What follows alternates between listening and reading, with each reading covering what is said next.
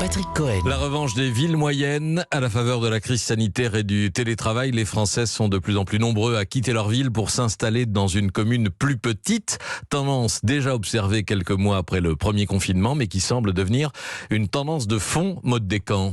Oui Patrick, il suffit de regarder le nombre de transactions dans les villes moyennes en 2020. Elles ont augmenté de 4,5%, nous dit le baromètre des notaires. Alors ça peut paraître peu comme ça, mais si on compare à la tendance nationale qui, elle, est de moins 4%, on voit bien que ces villes de plus ou moins 40 000 habitants ont attiré les acquéreurs l'an dernier. Dans certaines villes, cette hausse est bien plus marquée, plus 110% par exemple à Besançon, plus 20% à Lorient, même chose à Agen, plus 15% de transactions à Bourges. Des villes qui combinent plusieurs attraits, comme le détaille Peggy Montesinos du Conseil supérieur du notariat. Un coût de la vie plus abordable par rapport à celui des grandes métropoles.